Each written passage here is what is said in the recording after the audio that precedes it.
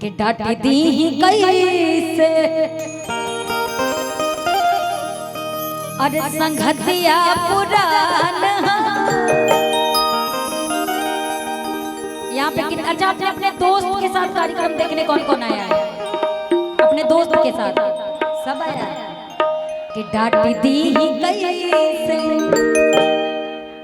अरे संगतिया पुराना भैया संगतिया पुराना अदहिया हमार बाकी देहिए के जाना डांट दी कैसे। लेकिन एगो गाना हमार बड़ा फेवरेट है, ई लइका सब तोरा लोग से मांगा था, मालूम बका भैया? ई लोग से मांगा था अरे दे दो दे दो दे दो दिल जवानी।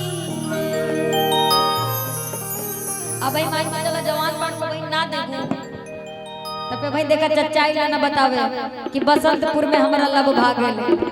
अच्छा ओनली बसंत, हाँ बसंत में तो यही से ये लोग का था जितना आगे बैठल है ने आई है अपोजिट। अरे तहरा ड्रेस नीला नीला बातुशिला होगा लेकिन नहीं से कुल लइका मांगत रे का कि तोह से मांगी ले प्यार के और निशानी में। प्यार की निशानी में कुछ और नहीं चाहिए आपसे। आप लोग गोरखपुर से चल के आए हैं तो बस एक चीज दे दीजिए, क्या बताएं? अब कि दे दा दे दा दे दा दिल जवानी दे दा दे दा दे दा दिल जवानी तो हो मांगी ले प्यार के निशानी में।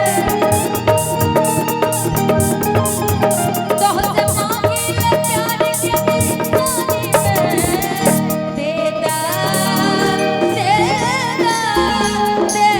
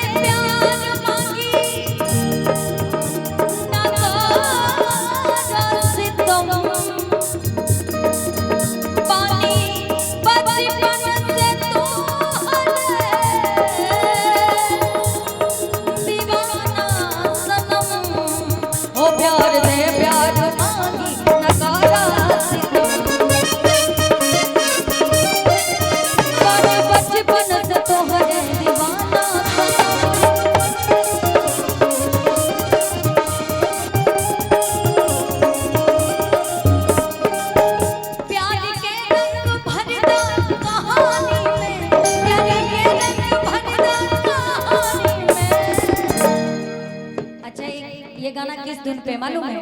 लता जी ने गाया था, अल्लाह ये अदवा कैसी है इन हसीनों में, अल्लाह ये अदवा कैसी है इन हसीनों में, रूठे पल में गमावे महीनों में, रूठे पल में गमावे महीनों में।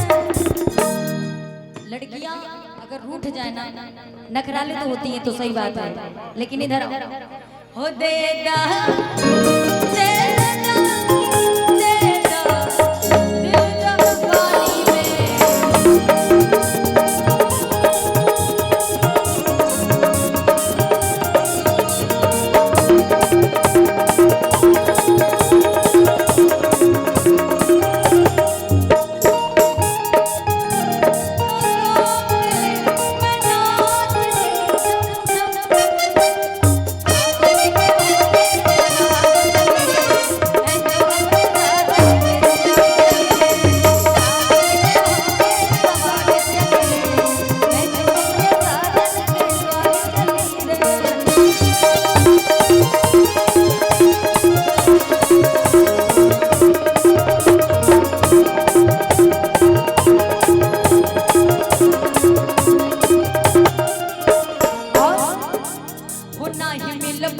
छोड़ के शहर जायूं हो,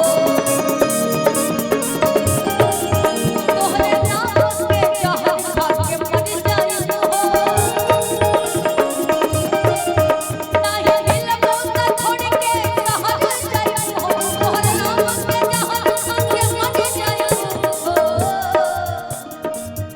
फिर मिलब न कबो जिंदगानी में, फिर मिलब न कबो जिंदगानी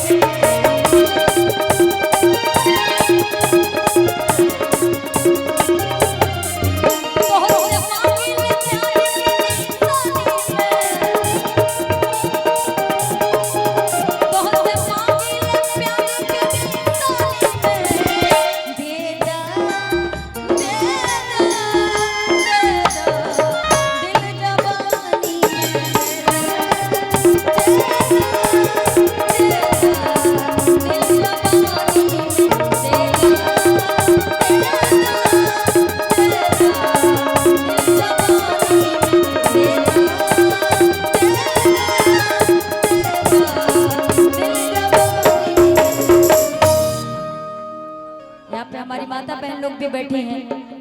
मेरा बहुत मन है कि मैं